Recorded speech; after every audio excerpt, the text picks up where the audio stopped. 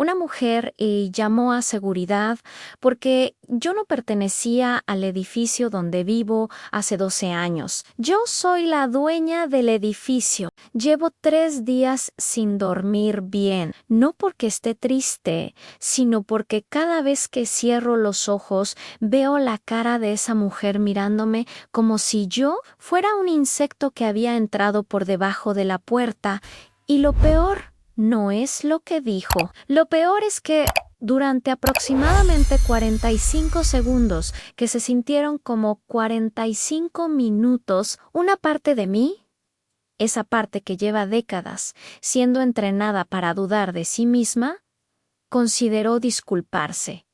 Consideró dar un paso atrás. Consideró volverse más pequeña para hacer que ella se sintiera más cómoda. No lo hice, pero el hecho de que lo considerara me tiene despierta a las 3 de la mañana escribiendo esto. Voy a contarles todo desde el principio, porque si voy a hacer esto, si voy a exponerme de esta manera en un foro donde no conozco a nadie, quiero que entiendan el contexto completo. Quiero que sepan quién soy antes de que sepan lo que me pasó. Porque lo que me pasó no ocurrió en el vacío. Ocurrió al final de una vida entera que me preparó, sin que yo lo supiera, para ese momento exacto en el lobby de mi propio edificio. Me llamo Valentina.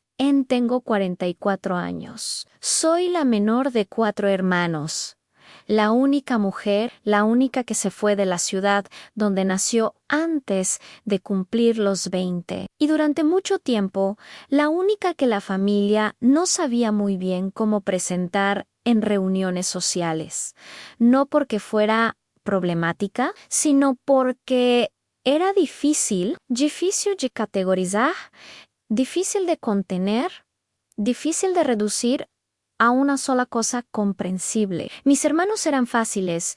Uno fue médico, otro entró al negocio familiar, el tercero se casó joven y se quedó cerca de mis padres. Yo estudié arquitectura en otra ciudad, luego una maestría fuera del país, luego me quedé fuera del país porque encontré trabajo, luego encontré más trabajo, luego encontré mi vida entera en ese lugar que no era donde había nacido, pero que se sentía más mío que cualquier otro sitio en el que había estado. Y aquí viene la primera capa de todo esto, porque esto no es solo la historia de una mujer que me humilló en un lobby. Esta es la historia de todo lo que tuve que construir para llegar a ese lobby y de todo lo que intentaron quitarme antes de que lo construyera. Mi madre murió cuando yo tenía 31 años. Cáncer de páncreas. Fue un proceso de 16 meses que consumió todo su energía,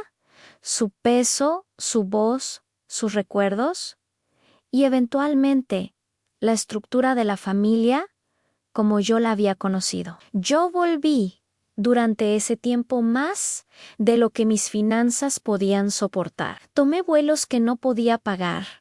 Usé vacaciones que no tenía. Dormí en el cuarto de mi infancia que mis padres habían convertido en bodega y que olía a cartón húmedo y a naftalina, con una cobija que picaba y el sonido del oxígeno de mi mamá, como fondo constante de todos mis sueños. Mis hermanos estaban ahí, claro, físicamente presentes, pero había una jerarquía no hablada sobre quién hacía qué. Y esa jerarquía me asignaba a mí, la hija, los trabajos que ellos consideraban demasiado íntimos o demasiado incómodos, a bañarla cuando ya no podía sola, cambiar las sábanas, hablar con los médicos sobre pronósticos que nadie quería escuchar, sentarme con ella a las 2 de la mañana cuando el dolor la despertaba y ella necesitaba que alguien le leyera en voz alta cualquier cosa, lo que fuera, para no pensar, no me quejo de haber hecho esas cosas, las haría 1000 veces. Lo que me costó fue el silencio de mis hermanos después. El hecho de que ninguno de ellos, en ningún momento de esos 16 meses, ni en los años que siguieron, dijera en voz alta lo que todos sabíamos que era verdad, aunque yo había cargado más que mi parte, que yo había sacrificado más, que lo que había dado no tenía precio y que nadie lo estaba reconociendo, porque reconocerlo habría significado que le debían algo a la hermana menor, a la que se había ido, a la que siempre había sido tratada como si su vida en otro lugar fuera una aventura frívola en lugar de una decisión adulta completamente válida. Mi mamá murió un martes a las 6 de la mañana. Yo estaba allí. Mis hermanos llegaron 20 minutos después. Mi papá no salió del cuarto durante 2 horas. Yo fui la que habló con la funeraria, yo fui la que llamó a los familiares, yo fui la que encontró el seguro de vida en la carpeta verde que estaba en el segundo cajón del escritorio de mi papá, porque mi mamá me lo había dicho 3 semanas antes, susurrándome al oído como si fuera un secreto que no confiaba a nadie más. Y entonces empezó el dinero. No de manera obvia al principio. Primero fue el testamento, que resultó ser menos claro de lo que cualquiera esperaba. Mi mamá tenía algunas propiedades a su nombre, un par de cuentas, una cantidad pequeña pero no insignificante de ahorros en efectivo que mi papá ni siquiera sabía que existían porque mi mamá había sido toda su vida financieramente más astuta de lo que cualquiera le daba crédito. El testamento dividía todo en partes iguales entre los 4 hijos an simple, claro, sin ambigüedades, excepto que mis hermanos decidieron que no era tan simple ni tan claro. El Mayo R. Rodrigo fue el primero en sugerir que quizás sería más práctico que él administrara los activos en nombre de todos, dado que vivía en la ciudad, dado que conocía a los abogados locales, dado que, y aquí cito textualmente, Valentina tiene su vida allá y no puede estar pendiente de esto desde tan lejos. San lo dijo en la mesa del comedor de la casa de mi papá. 3 días después del funeral, mientras yo todavía tenía los ojos hinchados y olía al hospital donde había pasado la última semana. Lo dijo con una voz razonable, casi amable, como si me estuviera haciendo un favor. Yo lo miré y sentí algo que tardé meses en identificar correctamente. No era sorpresa, era reconocimiento. El reconocimiento de alguien que finalmente ve confirmado lo que había sospechado durante años, pero había preferido no examinar demasiado de cerca porque examinarlo significaba aceptar que las personas que supuestamente te quieren más en el mundo son capaces de traicionarte con una naturalidad que duele más que cualquier traición de un extraño. THQ. No, no de manera dramática, no con lágrimas, no levantando la voz. Dije que no, gracias, que yo podía estar pendiente de mis asuntos desde donde viviera, que para eso existían los teléfonos y los correos electrónicos y los abogados que trabajan para los clientes y no para la geografía de los clientes. Y luego saqué mi teléfono, busqué el número del abogado más recomendado que pude encontrar en esa ciudad en los siguientes 20 minutos y concerté una cita para el día siguiente. Rodrigo no me habló durante 3 meses después de eso. Los otros 2 hermanos se mantuvieron en un territorio de ambigüedad calculada. Ese lugar cómodo donde nunca toman partido de manera explícita, pero siempre terminan del lado del poder. Apoyaron a Rodrigo sin decir que lo apoyaban. Hicieron preguntas que parecían neutrales pero que tenían un filo. ¿Estás segura de que quieres involucrarte tanto en esto desde tan lejos? ¿No sería más fácil dejar que alguien de aquí se encargue? ¿Sabes cuánto cuesta un abogado por aquí? Lo que no dijeron, pero lo que flotaba en cada conversación como humo que nadie quería nombrar, era esto: Anne, eres la menor, eres mujer. Te fuiste. No perteneces a las decisiones importantes de esta familia de la misma manera que pertenecemos nosotros. La herencia tardó 18 meses en resolverse. 18 meses de llamadas de abogado, de documentos enviados por correo certificado, de conversaciones familiares que terminaban con alguien colgando el teléfono, de un sistema diseñado para desgastar a la persona que tiene menos recursos locales y menos paciencia para el proceso.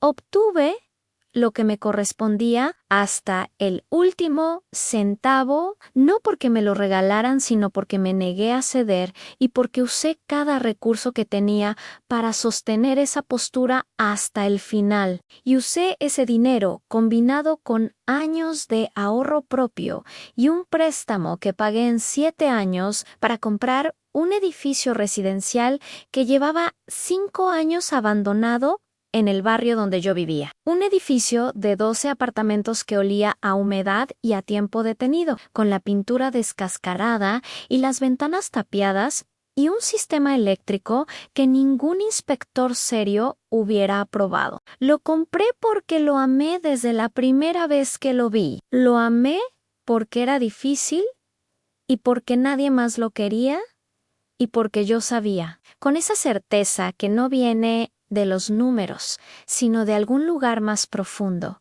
que podía convertirlo en algo hermoso. Tardé 4 años en renovarlo, 4 años de decisiones de diseño y de peleas con contratistas y de presupuestos que se desbordaban y de noches, durmiendo en el apartamento del tercer piso que terminé, primero precisamente porque necesitaba tener un lugar donde quedarme durante el proceso. 4 años de aprender en la práctica y no en los libros que construir algo tuyo es el trabajo más agotador y más satisfactorio que existe. Cuando terminé, el edificio tenía 12 apartamentos completamente renovados, todos distintos, todos con algún detalle que los hacía especiales. Un lobby que yo diseñé personalmente con luz natural y plantas reales, y un piso de mosaico que mandé a hacer a medida porque quería que la entrada se sintiera como una bienvenida y no como un trámite. Renté 11 apartamentos, el 12º, el del 4.º piso con ventanas al parque.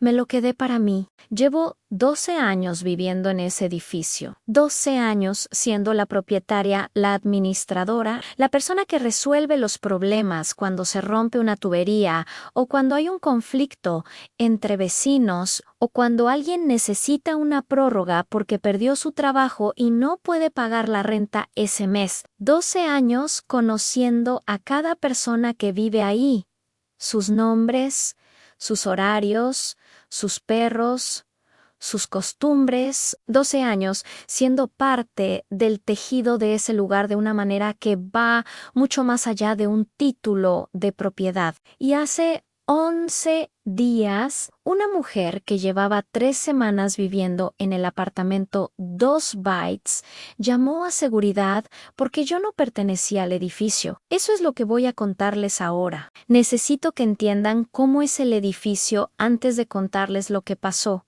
porque el espacio importa. El espacio siempre importa. Lo aprendí en arquitectura y lo he comprobado en la vida. Los lugares no son neutrales. Llevan el peso de las decisiones que se tomaron al construirlos. Y las personas reaccionan a esos lugares de maneras que revelan mucho sobre quiénes son. El lobby del edificio es lo primero que diseñé cuando empecé la renovación. Antes de pensar en las unidades, en la plomería, en el sistema de calefacción, me senté con mis bocetos y decidí que la entrada tenía que ser perfecta. No perfecta en el sentido de costosa o pretenciosa, sino perfecta en el sentido de que cualquier persona que cruzara esa puerta sintiera que llegaba a algún lado que valía la pena. Piso de mosaico en tonos terracota y crema, diseño geométrico que tardé 3 semanas en afinar,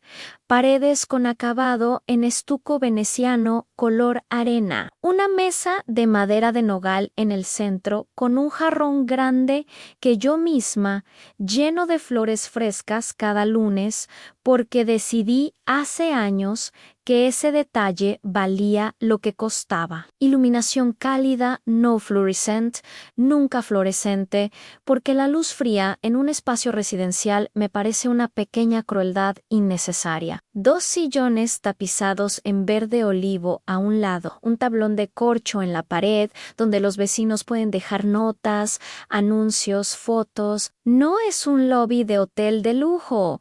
Es un lobby de hogar. Esa era la intención. Las plantas son reales. Eso importa porque hay propietarios que ponen plantas artificiales y yo siempre he pensado que eso es una metáfora de algo que no quiero que mi edificio sea. Las cuido yo misma o cuando viajo le pido a la señora. Eleonora, del 1A, que lo haga porque a ella le gustan las plantas y es buena con ellas y le alegra tener ese pequeño encargo. La señora Eleonora lleva 9 años en el edificio. Sus hijos crecieron aquí. Sabe el nombre de todas las plantas. El sistema de seguridad del edificio tiene cámaras en el lobby, en el estacionamiento y en los pasillos de cada piso. Hay un guardia en turno diurno de 7 de la mañana a 9 de la noche. En turno nocturno hay un sistema de intercomunicador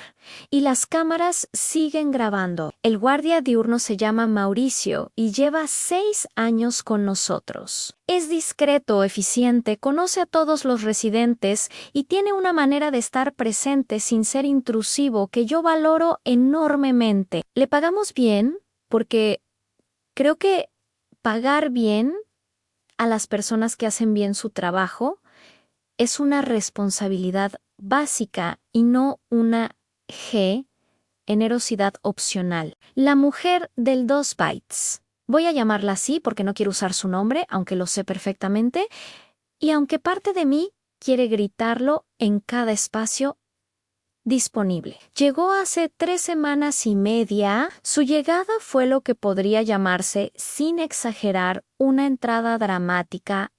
Llegó con 3 camiones de mudanza, 2 personas que parecían asistentes personales y una actitud de quien está acostumbrada a que los espacios se acomoden a ella y no al revés. Lo sé porque Mauricio me llamó ese día para informarme, como hace siempre con mudanzas nuevas, y me describió la situación con esa precisión lacónica suya. Llegó la nueva del 2 bytes, señora Valentina, con harto personal y mirando todo como si algo no le cuadrara. Mauricio tiene buen ojo para las personas. Me lo ha demostrado en 6 años. El apartamento 2 bytes lo había rentado a través de mi agencia de administración. El proceso fue estándar en verificación de ingresos, referencias laborales, revisión de historial, todo en orden sobre el papel. No tengo manera de saber, en el proceso de selección de un inquilino, si esa persona va a ser el tipo de persona que llama seguridad sobre sus vecinos basándose en cómo se ven. No hay casilla para eso en el formulario de solicitud, aunque a veces pienso que debería haberla. Yo no la había visto en persona hasta el día del incidente. Había recibido un par de correos de ella a través de la agencia, uno sobre el funcionamiento del sistema de calefacción y otro sobre un ruido que escuchó en la pared y que resultó ser, después de revisión, absolutamente nada. El tono de los correos era el de alguien que está acostumbrada a que sus incomodidades sean tratadas como emergencias. No es un tono inusual. Hay personas así. Generalmente se adaptan o se van. El día del incidente fue un miércoles. Mediodía. Aproximadamente, yo había pasado la mañana en una reunión con un posible cliente nuevo, un proyecto de restauración de un edificio industrial que podría ser interesante si los números cierran. Y llegué al edificio con mi maletín, mi abrigo, los restos de un café que había estado tomando en el trayecto y el cansancio específico de haber sonreído durante 3 horas seguidas en modo profesional. Estaba pensando en el almuerzo, estaba pensando en quitarme los zapatos, estaba pensando en absolutamente nada relacionado con lo que estaba a punto de ocurrir. Crucé la puerta del lobby, el piso de mosaico, las plantas, la mesa con flores a mi lobby, mi diseño, 12 años de mi vida en cada centímetro de ese espacio. Mauricio no estaba en su puesto en ese momento, lo cual es inusual pero no extraordinario. A veces va al baño, a veces ayuda a alguien con algo en el estacionamiento. Hay razones válidas para que un puesto esté vacío por unos minutos. Entré, saludé con la cabeza a un hombre que no reconocí de inmediato, pero que resultó ser el novio de la chica del 4. Sé que viene con frecuencia, y me dirigí hacia el elevador. Fue entonces cuando la escuché. Disculpe, en el tono no era de pregunta, era de orden. Era el tono de alguien que está dando una instrucción a alguien que considera que está en posición de recibirla. My dative, mi voz. Y la vi por primera vez en persona. Alta, bien vestida, cabello rubio, tal vez 40 años. Cara de quien ha dormido bien toda su vida o ha pagado suficiente para que pareciera que sí, Anne llevaba lo que claramente era ropa cara. No de manera ostentosa, sino de esa manera que tienen ciertos materiales y ciertos cortes de anunciar su precio sin decirlo en voz alta. Estaba parada en medio del lobby con el teléfono en la mano y una expresión que yo he visto antes en distintas versiones y en distintos contextos a lo largo de mi vida y que reconozco con una claridad que me duele cada vez a la expresión de alguien que ha decidido, antes de abrir la boca, que tiene más derecho que yo a estar en el lugar donde estamos las dos. ¿Puedo ayudarle en algo? Dije neutral, educada, esperando. Ansí, dijo. Y su mirada me recorrió de arriba abajo de una manera que no intentó disimular. ¿A quién viene a ver? Procesé la pregunta, procesé el tono, procesé la implicación completa de ambas cosas. Y sentí ese momento que les describí al principio, hay ese segundo, donde la parte entrenada para hacerse pequeña tiró en una dirección y la parte que construyó este edificio con sus propias manos tiró en otra. No vengo a ver a nadie, dije. Viva. Su expresión no cambió exactamente, pero algo en ella se tensó. ¿En qué apartamento? Y aquí está la cosa. Yo no tenía ninguna obligación de responder esa pregunta. En ninguna un residente del edificio no le debe información sobre su apartamento a otro residente y mucho menos en ese tono y mucho menos en ese contexto. Pero respondí, porque en ese momento todavía estaba en modo de resolución de malentendido, todavía estaba en el lugar mental donde asumí que esto era una confusión que se podía aclarar con información factual. ¿Cuarto piso? Dije. No le pregunté el piso, dijo, y ahora había algo diferente en su voz, algo que ya no fingía ser cortesía. Le pregunté el número de apartamento, y entonces sucedió lo que no esperaba, aunque retrospectivamente debería haberlo esperado porque Mauricio me lo había dicho y porque los correos me lo habían insinuado y porque su manera de entrar al edificio 3 semanas antes me lo había anunciado. Ann sacó el teléfono, marcó el número de seguridad del edificio y dijo: con una voz completamente calmada y completamente segura de sí misma, que había una persona en el lobby que no parecía pertenecer ahí, y que si alguien podía venir a verificar, me quedé inmóvil, no de parálisis, sino de algo más parecido al asombro. Ese estado donde el cerebro necesita un segundo extra para procesar que lo que está ocurriendo es real y no una proyección de algún miedo antiguo. El hombre que había saludado al entrar, el novio de la chica del 4C, se había detenido. Estaba mirando la escena con esa incomodidad de quien no sabe si involucrarse. Vi que sacó su teléfono. En ese momento asumí que estaba buscando un número o enviando un mensaje. Después supe que estaba grabando. No era el único. La señora del 3 bytes, que debe haber estado bajando en ese momento porque apareció desde la escalera, también tenía su teléfono levantado. Y una mujer que yo nunca había visto, que después resultó ser una visita de alguien del primer piso, estaba en el área de los buzones haciendo lo mismo. 3 personas grabando. Mauricio apareció por la puerta lateral que conecta con el estacionamiento, vio la escena y su cara hizo en 2 segundos el recorrido completo que yo había hecho en los últimos 3 minutos. Confusión, reconocimiento, comprensión y algo que en él se veía como una furia muy contenida y muy profesional. Señora Valentina, dijo, colocándose a mi lado de una manera que no era casual. ¿Todo bien? La mujer del 2 bytes lo miró. Miró a Mauricio, miró mi cara, y entonces dijo algo que todavía me resuena en los oídos con una claridad incómoda. Le llamé a usted porque esta persona dice que vive aquí y yo no la he visto antes. Simplemente quería verificar. A Mauricio me miró a mí Annie y yo lo miré a Elan. Y en ese intercambio de mirada hubo una conversación completa que no necesitó palabras. A los dos sabíamos exactamente lo que estaba ocurriendo, los dos sabíamos exactamente qué tipo de momento era este, y los dos sabíamos que lo que pasara en los siguientes 30 segundos iba a importar. Mauricio se volteó hacia la mujer del 2 bytes, con una calma que yo genuinamente admiro y que sé que a él le costó tanto como me costó a mí.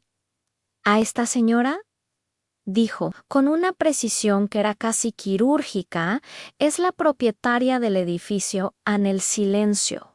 Que siguió fue de un tipo específico, no el silencio vacío, el silencio lleno. Y en ese silencio, con 3 teléfonos apuntando a nosotras, con Mauricio parado a mi lado, con las plantas vivas en sus macetas y el piso de mosaico, terracota y crema debajo de nuestros pies y las flores del lunes en su jarrón de nogal, entendí que este momento iba a tener consecuencias que todavía no podía calcular del todo. Quiero hablar de lo que pasó después de que Mauricio dijo esas palabras, pero también quiero hablar de lo que pasó dentro de mí, porque son 2 historias paralelas y las 2 importan, y si solo cuento la externa, estaré dando una versión incompleta de algo que merece ser contado completo.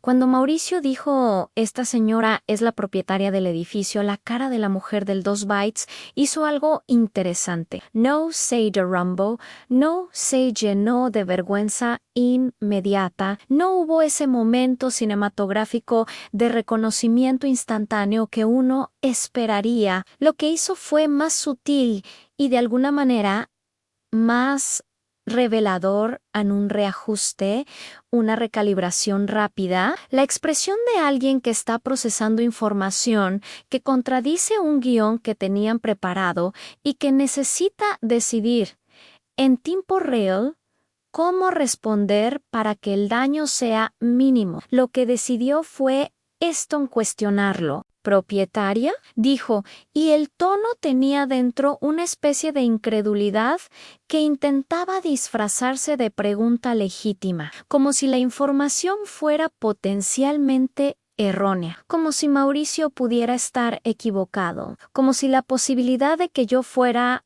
la dueña de ese edificio requiriera verificación adicional de una manera que no habría requerido si yo tuviera otra cara o hubiera llegado vestida de otra manera. 12 años, dije, y lo dije con una voz que no reconocí del todo como mía, porque era más tranquila de lo que me sentía por dentro. Llevo 12 años viviendo y siendo dueña de este edificio.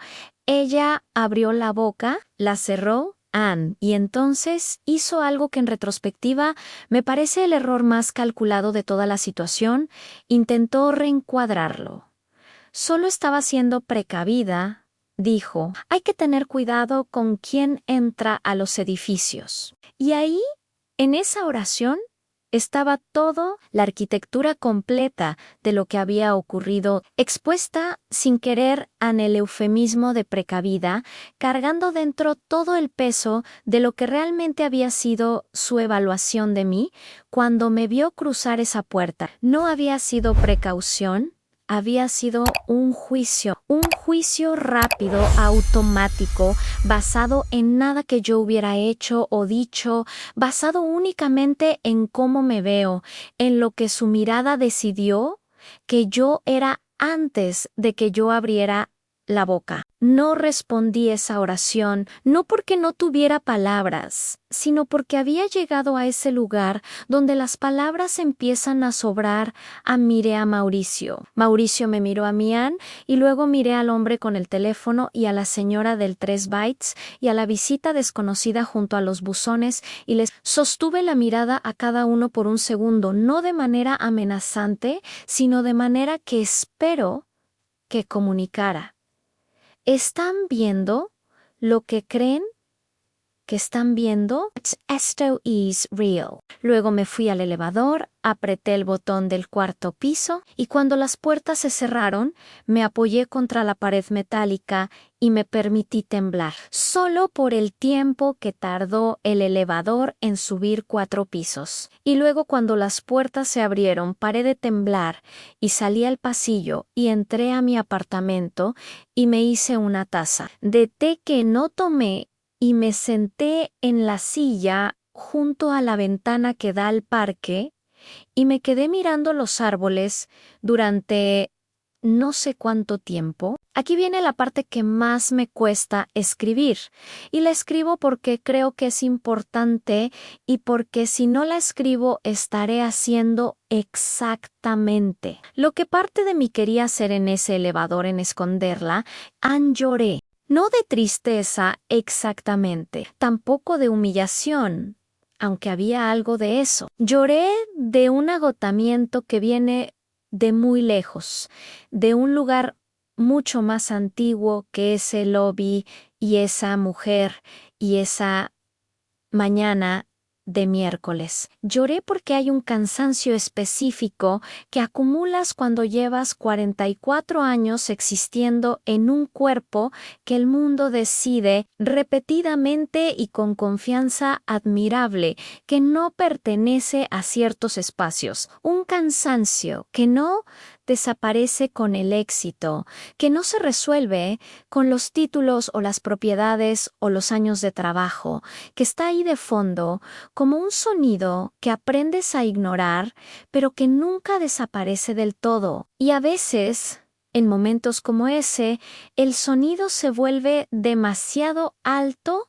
para ignorarlo. Lloré durante quizás 10 minutos. Luego, me lavé la cara. Luego comí algo porque era casi la 1 de la tarde y no había comido desde la mañana. Luego llamé a mi amiga Camila, que lleva 20 años siendo la persona a quien llamo cuando necesito que alguien me escuche sin intentar resolver nada de inmediato. Y le conté todo mientras caminaba de un lado al otro de mi apartamento con el teléfono pegado al oído como cuando éramos jóvenes y no existían los teléfonos inalámbricos. Camila dijo, ¿tienes las cámaras del lobby?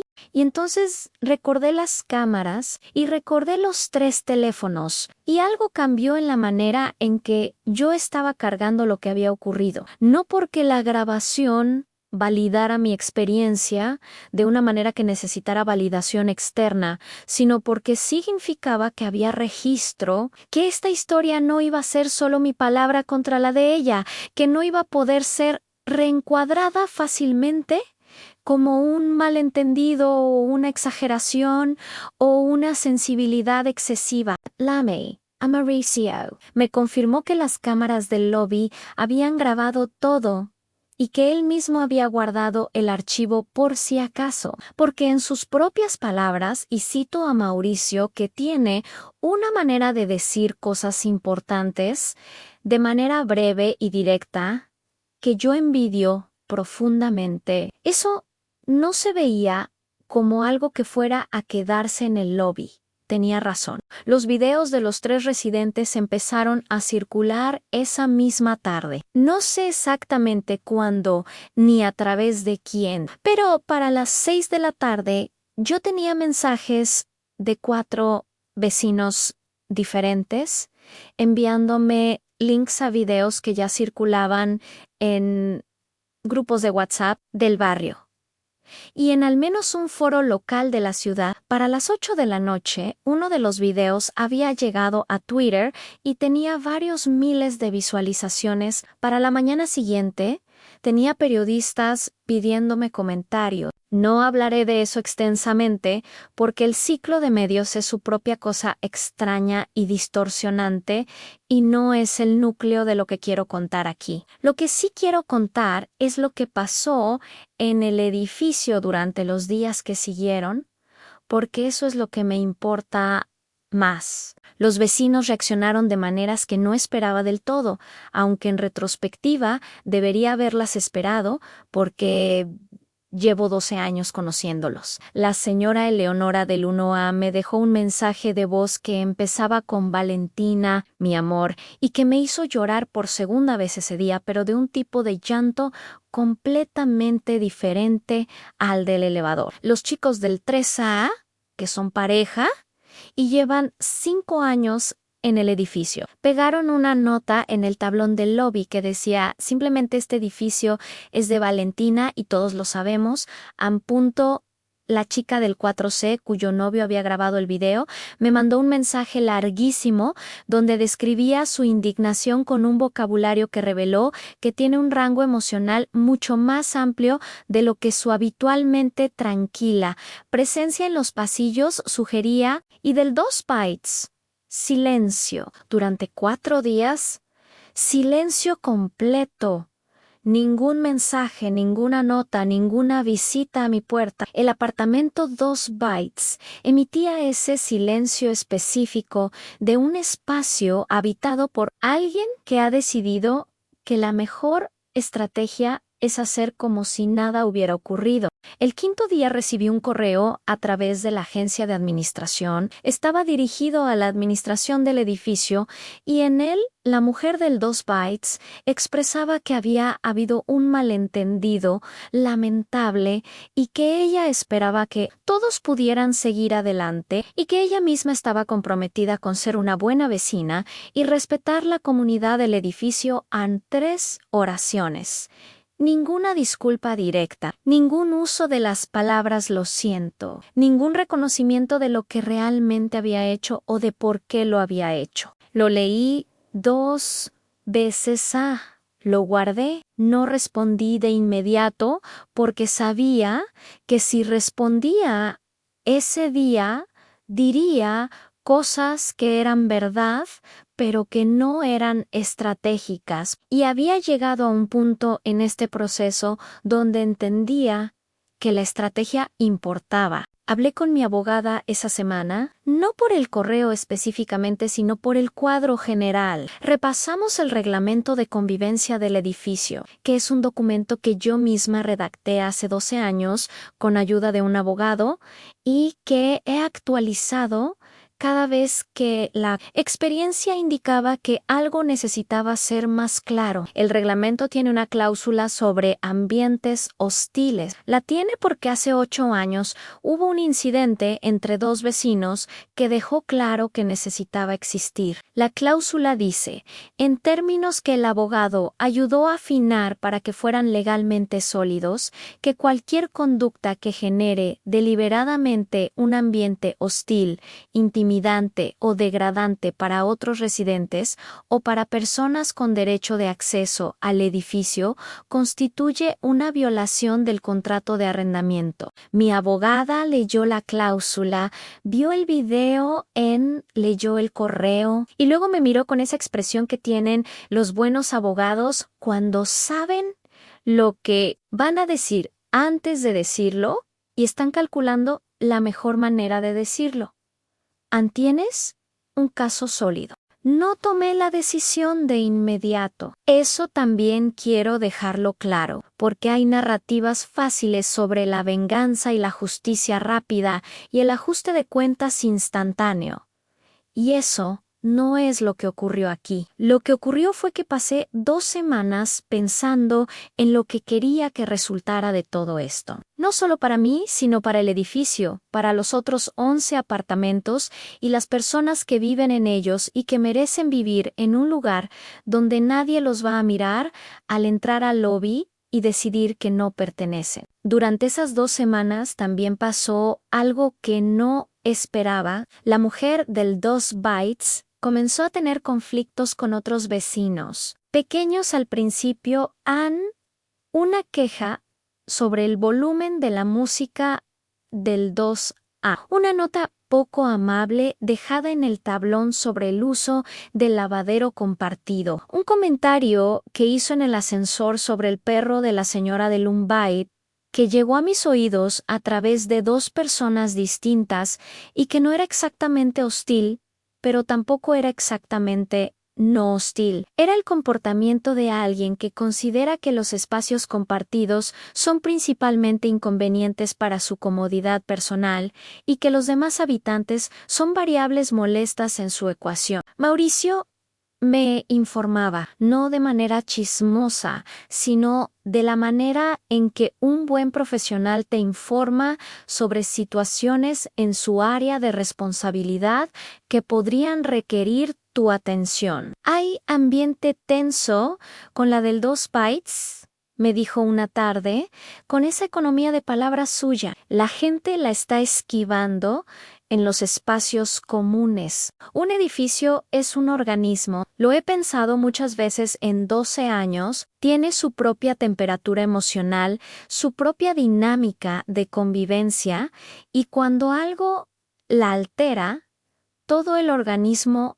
lo siente. Los vecinos que llevan años ahí, que han visto personas llegar y irse, que conocen los ritmos y las pequeñas ceremonias cotidianas del lugar, sienten cuando algo está mal con una sensibilidad que no necesita articularse para ser real. Y lo que estaban sintiendo con la mujer del 2 Bytes era esto, que era alguien que había llegado dispuesta a habitar el espacio, pero no a habitarlo con otras personas, que su presencia era extractiva de alguna manera difícil de nombrar, pero completamente perceptible. Tomé la decisión al final de la segunda semana, no con ira.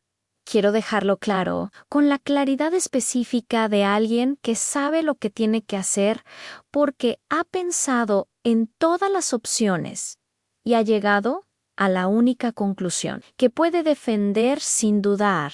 El aviso de desalojo se entregó un martes por la mañana, exactamente 31 días después del incidente en el lobby. Lo entregó Mauricio en persona como requiere el procedimiento, con una copia para el expediente y una firma de recibido que la mujer del 2 Bytes inicialmente se negó a dar antes de cambiar de opinión cuando Mauricio le explicó con su habitual calma quirúrgica que negarse a firmar no invalidaba la notificación, sino solo complicaba el registro. La razón oficial en el documento era la que mi abogada y yo habíamos decidido en violación del reglamento de convivencia, específicamente la cláusula sobre creación de ambiente hostil para otros residentes. El documento citaba el incidente del lobby, documentado en cámara, como ejemplo primario. Citaba también los conflictos posteriores con otros vecinos, debidamente registrados por escrito en el libro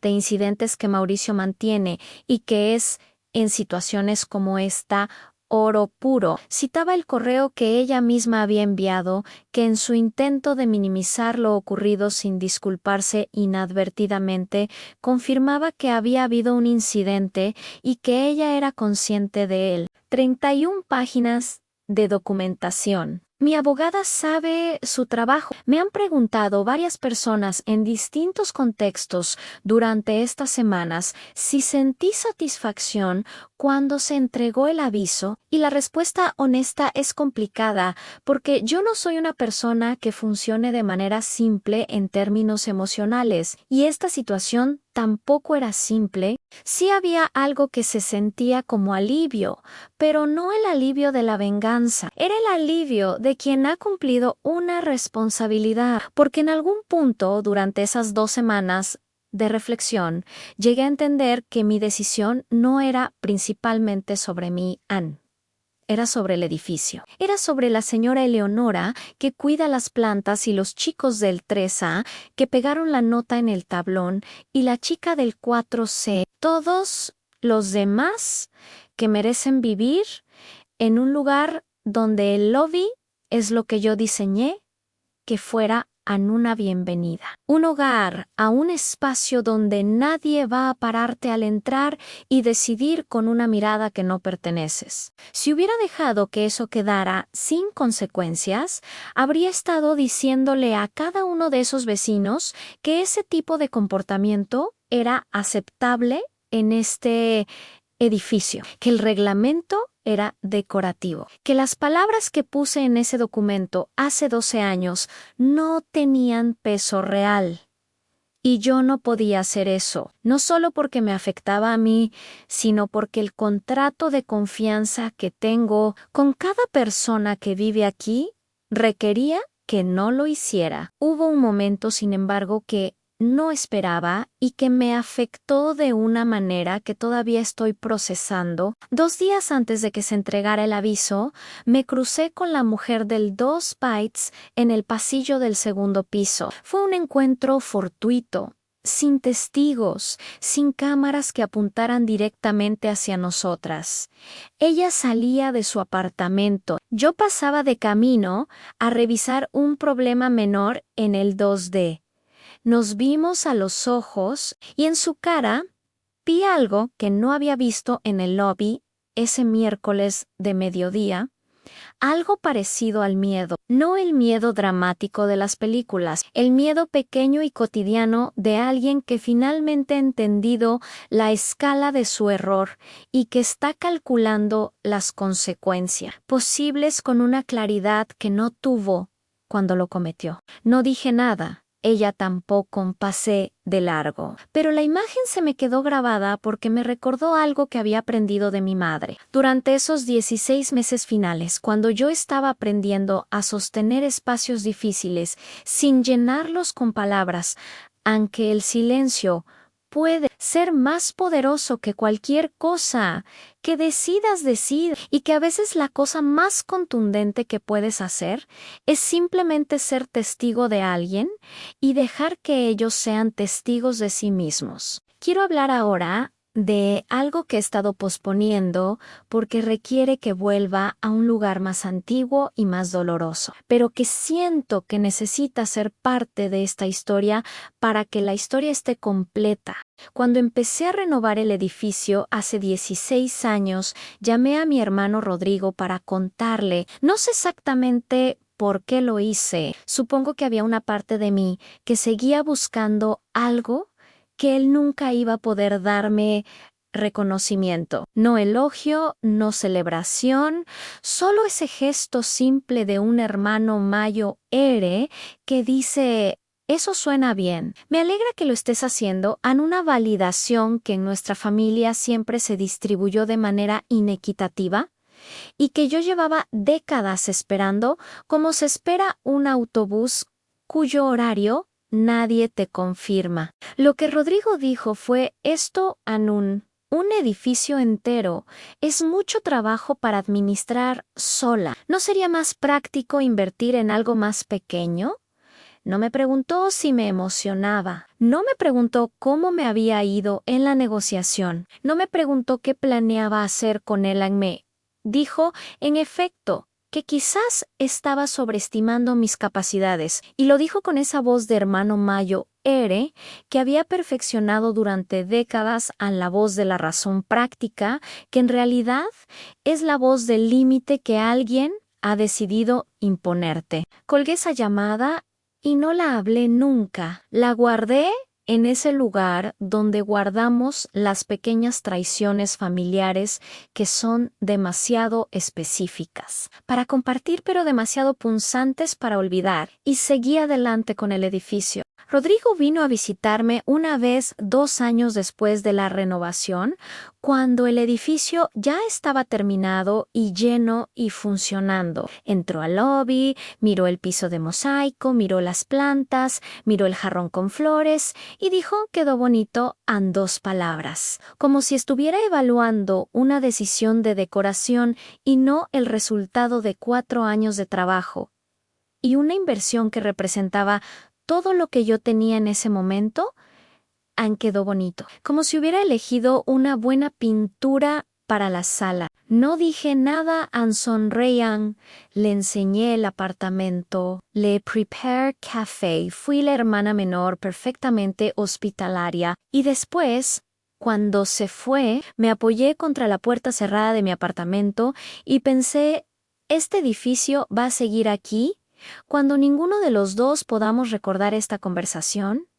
Y eso me bastó. Lo pienso ahora y me sigue bastando. Hay algo que quiero decirles a las personas que han llegado hasta acá en esta historia, que han aguantado todo este largo recuento de hermanos y herencias y lobbies y avisos de desalojo. La razón por la que esto me afectó tan profundamente no fue solo la mujer del 2 bytes, fue que la mujer del 2 bytes activó algo que nunca termina de irse, esa voz que te dice que tal vez sí, tal vez no perteneces. Tal vez te equivocaste de lugar, tal vez los que siempre dudaron de ti tenían razón. Esa voz tiene distintas caras. A veces tiene la cara de un hermano que dice quedó bonito Ann. A veces tiene la cara de una mujer rubia en un lobby que llama a seguridad. A veces tiene tu propia cara, a las 3 de la mañana, mirando el techo. Y la única manera que he encontrado de responderle a esa voz es esta, seguir construyendo, no para demostrarle nada a nadie en particular, sino porque construir es lo que sé hacer. Y porque cada cosa que construyo es una respuesta más sólida que cualquier palabra. El apartamento 2 bytes está vacío ahora. Tardó 2 semanas en vaciarse después del aviso. El proceso de desalojo fue limpio, sin dramas adicionales, con la eficiencia callada de algo que ya estaba decidido desde antes de empezar. Mauricio me avisó cuando se fueron, con un mensaje de texto de 4 palabras. Se fueron, todo en orden. Entré al apartamento esa tarde para hacer la revisión de estado habitual. El 2 bytes es uno de los que más me gustan del edificio. Tiene ventanas amplias que dan a la calle tranquila del lado norte, una cocina con buenos muebles que elegí yo misma, un baño con azulejos artesanales que me tomó 3 semanas encontrar al precio adecuado. Es un buen apartamento, se lo merece alguien que lo va a habitar con cuidado. Caminé por cada cuarto, verifiqué las paredes, los pisos, los muebles. Todo bien, no hubo daños, no hubo descuidos, no hubo nada que indicara que había vivido ahí alguien que quería dejar una marca de su paso más allá de la que ya habían dejado en la cámara del lobby y en los recuerdos de cada persona que vive en este edificio. Me detuve en la ventana que da a la calle tranquila del norte. La tarde tenía esa luz específica del final del día en esta ciudad. Esa luz dorada y ligeramente cansada que hace que todo parezca más quieto de lo que es. Vi el árbol de la cera, que cada otoño pierde todas las hojas y cada primavera las recupera con una puntualidad que encuentro conmovedora. Vi a alguien que pasaba con un perro. Vi a un niño en bicicleta. Pensé en mi mamá. Pienso en ella con frecuencia, no de manera triste exactamente, sino de la manera en que piensan en alguien cuya ausencia ya se ha integrado en la textura de tu vida cotidiana. Pensé en sus manos, que eran las manos más capaces que he conocido. Pensé en lo que me susurró sobre la carpeta verde en el cajón del escritorio. Pensé en lo que habría dicho sobre el edificio, sobre el lobby, sobre el aviso de desalojo, y me pareció que la habría escuchado reírse, con esa risa suya que era más bien un sonido de satisfacción profunda de alguien que sabe que las cosas terminaron como debían terminar. Ya hay 3 solicitudes para el 2 bytes. Las estoy revisando con cuidado, como hago con todas. Hay una familia joven con un bebé que llegará en 3 meses. Hay un músico que tocó en el recital del barrio el año pasado y que es, según todos los que lo conocen, una persona de las buenas. Hay una pareja Mayo R que se muda porque quieren bajar de piso en su edificio actual y este está bien ubicado para ellos. Voy a elegir con cuidado, como elegí el piso de mosaico y las plantas y el jarrón de flores. Cómo elegí quedarme en este barrio cuando pude haberme ido. Cómo elegí pelear por mi parte de la herencia cuando habría sido más fácil ceder. Cómo elegí entregar el aviso de desalojo cuando alguien más débil habría preferido no hacer ruido. Hay personas que piensan que la vida justa es aquella en que las cosas se resuelven solas, en que el mundo reconoce el valor de lo que construyes sin que tengas que defenderlo. Yo llegué tarde a entender que eso no es la justicia, es la fantasía. La justicia real requiere que alguien esté dispuesto a mantenerse de pie en el lobby, en el elevador, en el pasillo del segundo piso, en la mesa de un abogado, en los 18 meses de un proceso de herencia, en las 4 de la mañana, cuando la voz que duda habla más fuerte que todas las demás. Llevo 12 años parada en ese lobby. Conozco cada centímetro de sus paredes, cada variación de la luz según la hora, cada manera en que el piso de mosaico cambia de color cuando llueve. No me moví ese miércoles de mediodía. No me voy a mover ahora. Este edificio es mío. Y eso, a diferencia de tantas otras cosas en la vida, no requiere que nadie más lo confirme. Si llegaste hasta acá, gracias. No necesito que me digan que hice lo correcto. Ya lo sé. Solo necesitaba contarlo.